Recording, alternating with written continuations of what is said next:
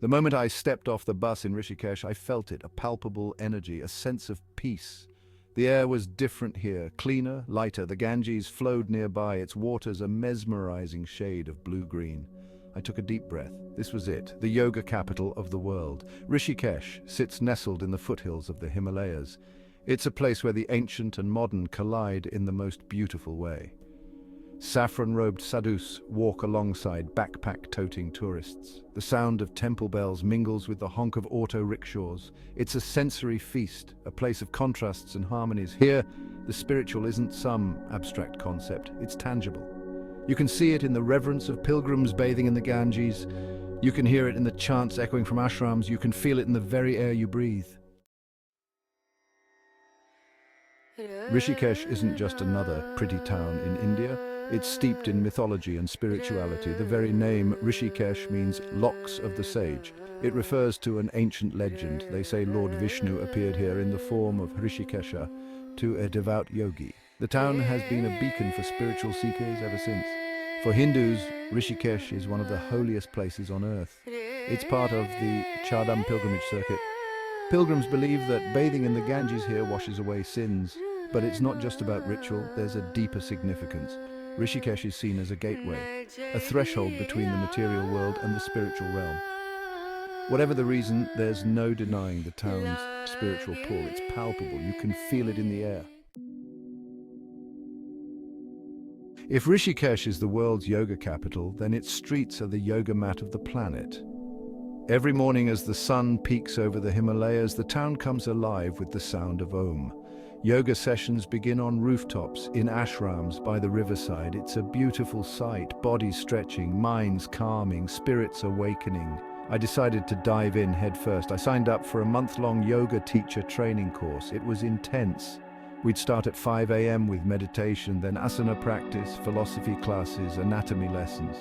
By evening, my body ached, but my mind, it felt clearer than ever. I was beginning to understand why people came here from all over the world to study yoga. But Rishikesh isn't just about physical postures, it's about the whole yogic lifestyle. Meditation is a huge part of that. I tried various techniques. Each one peeled away another layer of my stressed Western mind. Rishikesh isn't all about quiet contemplation. It's got a wild side too. The town is a gateway to the Himalayas, and with those mountains come adventure. I decided to take a break from my yoga mat and get my adrenaline pumping. The options were endless. Rafting, bungee jumping, cliff diving, trekking. Rishikesh had it all. I started with whitewater rafting on the Ganges. It was exhilarating. We bounced over rapids with names like roller coaster and golf course.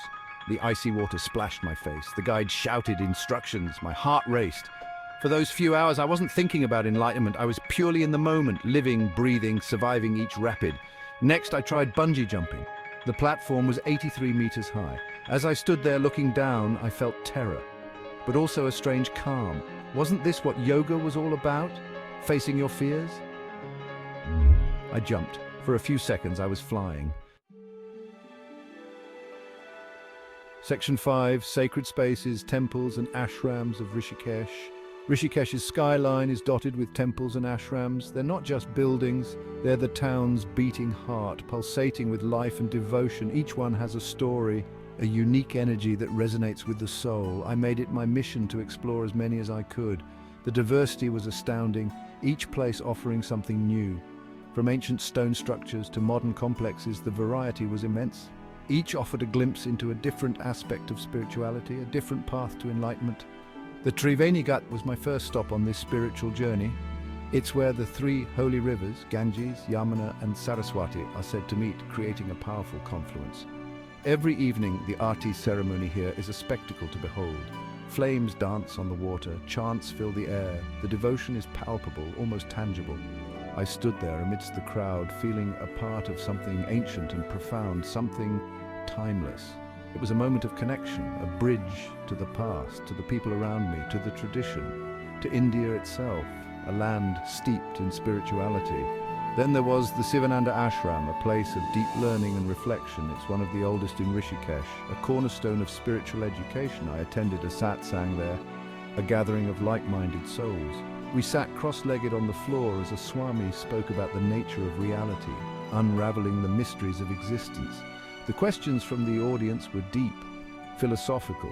It wasn't just spirituality, it was intellectual stimulation of the highest order, a feast for the mind and soul. Section 6, The Beatles and Beyond. Rishikesh's pop culture connection.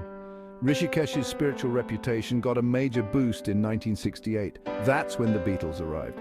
They came to study transcendental meditation with Maharishi Mahesh Yogi. It was a pivotal moment. Not just for the band, but for Rishikesh. Suddenly, this small Himalayan town was on the global map. The floodgates of Western interest in Eastern spirituality were thrown wide open. I visited the ashram where the Beatles stayed. It's abandoned now, overgrown with jungle, but there's a haunting beauty to the place. Faded murals of the Fab Four adorn crumbling walls. I could almost hear the strains of Dear Prudence echoing through the empty halls. It was here that the band wrote many of the songs for the White Album. The creative energy still lingers. But Rishikesh's pop culture connection didn't end with the Beatles. Over the years, it's attracted countless celebrities, movie stars, musicians, artists. Section 7, a culinary journey exploring Rishikesh's vegetarian delights. In Rishikesh, food is more than sustenance. It's a spiritual practice, deeply intertwined with the town's rich cultural and spiritual heritage. The town is strictly vegetarian, adhering to principles that promote non-violence and purity. No meat, no eggs. The commitment to a vegetarian lifestyle is evident everywhere. Even onions and garlic are off limits in many places. At first, I worried about the limitations. Would the food be bland, boring? I couldn't have been more wrong. The flavors were surprising and delightful. Rishikesh opened my eyes to a whole new world of flavors, textures, and culinary experiences. I started my culinary journey at the local market. The colors were dazzling, piles of vibrant spices, pyramids of fresh fruits, each more inviting than the last, baskets overflowing with leafy greens. The vendors were friendly and welcoming. Eager to explain the uses of unfamiliar ingredients, they shared their knowledge generously. I learned about the Ayurvedic properties of different foods, understanding how they contribute to health and well-being, how certain spices could balance your doshas. It wasn't just cooking, it was a holistic approach to nourishment. It was an education in holistic living, where food plays a crucial role in maintaining harmony and balance. One of my favorite discoveries was the street food, a vibrant and essential part of Rishikesh's culinary scene. Crispy samosas filled with spiced potatoes, each bite a burst of flavor. Pani puri, little puffs of bread filled with tangy tamarind water, offering a refreshing and zesty experience. And my absolute favorite, aloo tikki, a dish that never failed to delight. Spicy potato patties served with a variety of chutneys, each adding a unique twist to the taste.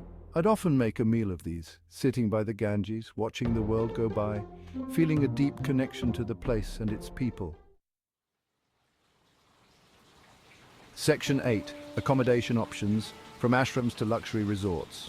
Rishikesh offers a spectrum of accommodation options, each with its own unique charm and appeal. It caters to every type of traveler, from the budget-conscious to those seeking luxury. From ascetic seekers to luxury lovers, there's something for everyone. I decided to experience it all, immersing myself in the diverse offerings. To truly understand the different facets of this remarkable town, I embarked on a journey through its varied accommodations. My journey took me from sparse ashram dormitories to plush riverside resorts, each offering a distinct experience. Each stay offered a unique perspective on Rishikesh, revealing different aspects of its culture and lifestyle. I started at a traditional ashram.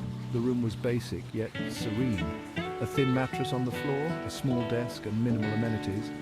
A shared bathroom down the hall added to the simplicity, but what it lacked in amenities it made up for in atmosphere and spiritual energy. The daily routine was rigorous, starting with pre-dawn meditation and followed by yoga classes. Karma yoga, or selfless service, was an integral part of the experience. Vegetarian meals eaten in silence. It was challenging, but also deeply rewarding. I left feeling cleansed, both physically and spiritually. Next, I tried a mid-range guest house, which offered a different kind of comfort. It was a happy medium with clean, comfortable rooms and a welcoming atmosphere, a rooftop restaurant with stunning views of the Ganges and daily yoga classes added to the charm. but also the freedom to explore the town on my own, making it a balanced experience. I met fellow travelers here, sharing stories and experiences. We'd gather in the evenings, creating a sense of community and camaraderie. Section 9, the rise of spiritual tourism, Rishikesh's growing popularity. Over the past few decades, Rishikesh has seen a boom in spiritual tourism. It's no longer just a pilgrimage site for devout Hindus. It's become a global destination for seekers of all kinds. I spoke to local tourism officials. They shared staggering numbers. Millions of visitors each year from over 100 countries. The growth has been exponential. What's driving this surge? I asked fellow travelers. Their answers were diverse. Some came for yoga teacher training, others for Ayurvedic treatments.